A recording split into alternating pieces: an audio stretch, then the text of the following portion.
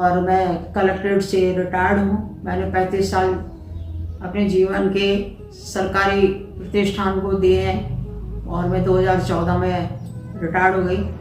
देश का military school में सिलेक्शन हुआ था। जोधपुर से इसका मेडिकल होता है, लेकिन उस मेडिकल में हितेश कलर ब्लाइंडनेस बताया गया।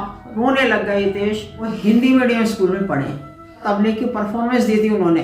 कल्चर प्रोग्राम हुआ था उस टाइम में, उन्होंने अपने तबले की और वो एनसीसी में भी जाते थे। उन्होंने हमेशा अपने जीवन में शिक्षा को ही ज़्यादा महत्व दिया है।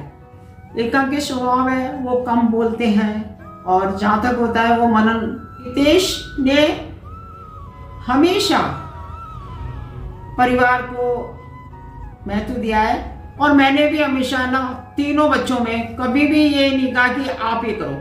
हमेशा मेरा ये मानना रहा है कि बच्चों के ऊपर किसी भी तरह की बॉदरेशन नहीं डालनी चाहिए। इतना इंटेलिजेंट बेटा है आपका, आपको तो फक्र होना चाहिए। मैंने कहा हाँ साहब, ये बात तो सही है कि मुझे फक्र होना चाहिए कि ऐसा मेरा बेटा है।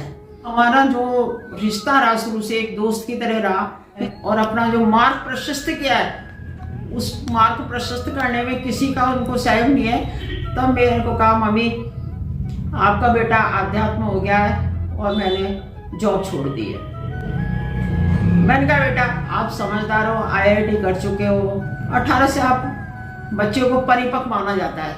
और उस 16 के बाद उन्होंने एक प्लेटफॉर्म चुना। उन्होंने कई किताबें भी लिखी हैं। वो कभी भी हर बात का उनका लॉजिक होता है और बहुत सारी बातें जो मैं नहीं समझती पर उनसे पूछती भी हूँ तो मुझे बड़े प्यार से समझाते हैं। अभी हितेश पूना में है और हर वीक में बार मुझसे वीडियो कॉलिंग करते हैं और मेरे हालचाल पूछते हैं। और यहाँ पर एक लड़का है उनकी सुपीरियर सोसाइटी का विश्वास, उसके लिए भी पूछते रहते हैं कि वो आते हैं या आपका काम करते हैं या नहीं करते हैं। उनको मेरे पास ऐसा लगा रखा है कि मैं जब भी विश्वास को कॉल करती हूँ तो 5-7 मिनट में आकर के जो भी मेरा काम होता है वो करते हैं।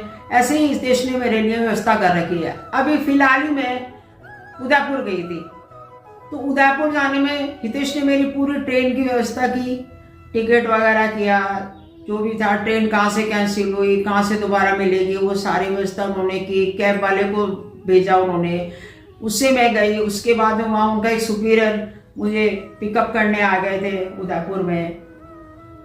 फिर वो जहाँ मेरे को जाना था वहाँ मैं चली गई।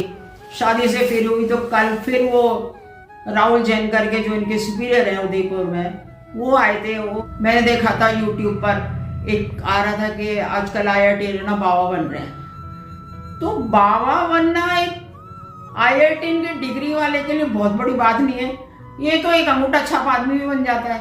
हितेश है जो एक क्रांतिकारी है।